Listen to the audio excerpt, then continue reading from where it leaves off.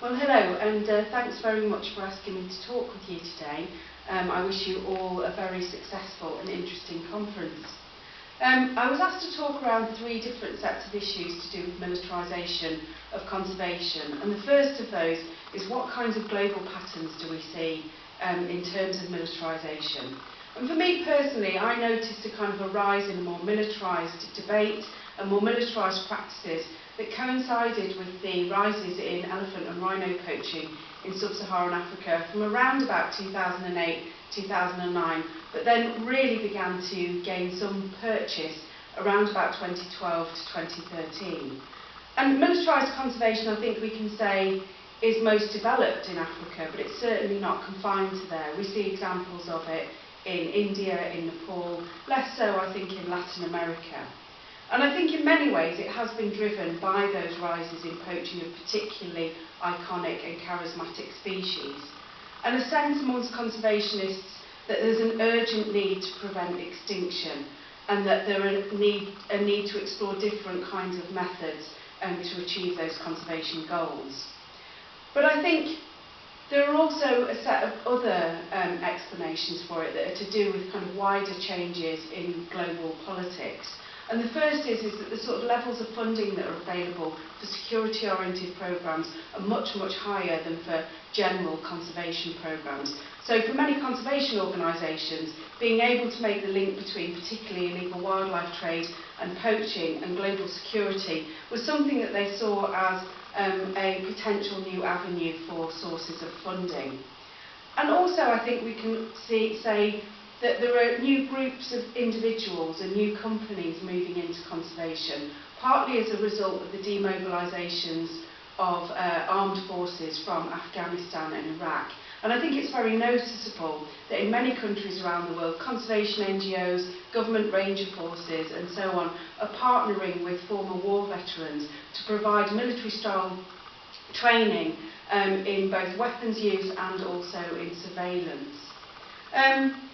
We see these kinds of private military companies and also surveillance technology companies moving into conservation in much more obvious kinds of ways. And what they're doing is they're searching for new markets for their products. So that's why I say that militarisation of conservation isn't just about a response to rises in elephant and rhino poaching, it's also about changes in geopolitics.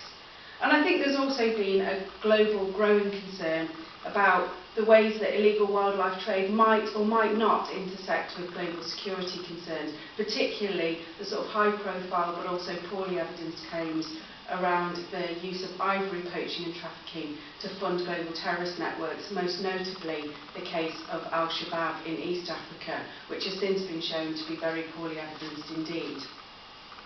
So the second set of issues that I was also asked to talk about was what do conservation organisations and what do conservation agencies need to think about when, if they are planning a more kind of militarised approach to conservation. And what we need to think about first are the ranger forces themselves.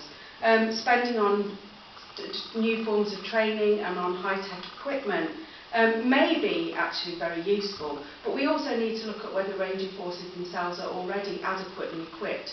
Do they have adequate boots, adequate shelter? Are they paid on time and are they paid enough? And I think also once a militarised approach has been developed and implemented within, say, a national park service, it tends to attract new types of recruits. The kinds of people who would be more interested in a more militarised approach than the sort of more kind of standard ranger interest in environment or in wildlife. And that can change the face of the organisation in the longer term.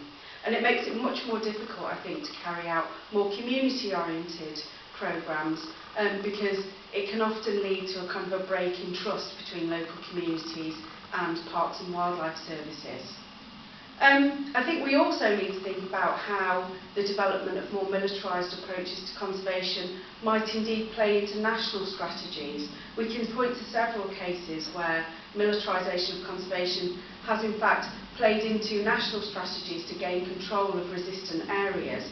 And again, this is a dynamic that isn't lost on local communities, where they may just see ranger forces as yet another example of state oppression. So we do need to think about those kinds of issues as well. The major conservation NGOs, WWF, Wildlife Conservation Society and so on, are all signatories to the Conservation Initiative on Human Rights. But I think we can say that largely until now this remains unimplemented. And if conservation agencies want to develop more militarised approaches, then they need to start taking that initiative much more seriously to ensure that ranger forces who've been trained or equipped in more military forms do not engage in human rights abuses.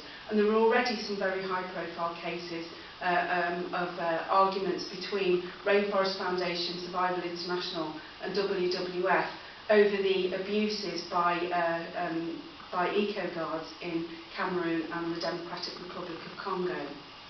So I think while on the one hand one of the arguments in favour of more militarised approaches is that they can act as a deterrent against poachers, we also need to look at the way a deterrent might work in the short term, but what kinds of long-term goals and approaches might we be undermining.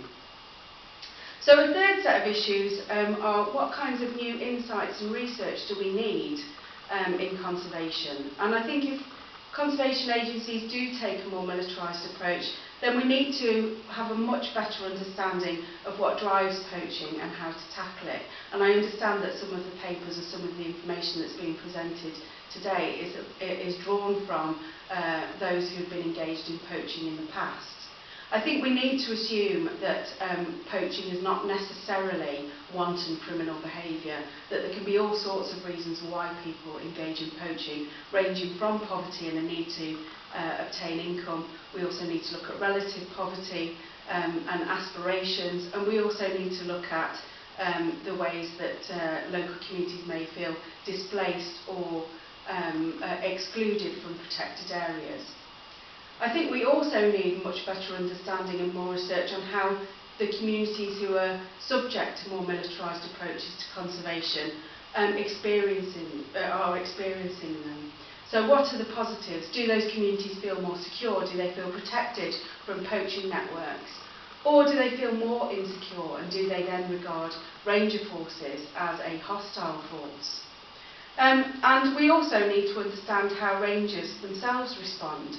There is some anecdotal evidence already that those rangers in sub-Saharan Africa, particularly in southern Africa, who are engaged in much more militarised approaches are starting to object and show signs of stress and post-traumatic stress disorder because they've been asked to engage in new forms of conservation which they didn't really sign up for. They thought that they were going to be working with wildlife, and they actually find themselves working in a significant conflict zone. So more experienced rangers might be inclined to leave the service at precisely the time that we need them most. The more experienced rangers may feel that that isn't what they signed up for, that isn't what they joined for. And actually we need those rangers with experience. So we need to look at how rangers are responding as well. But I do wish you all a very successful conference, and I hope that the discussions are extremely productive today, and I wish you all the best. Thank you.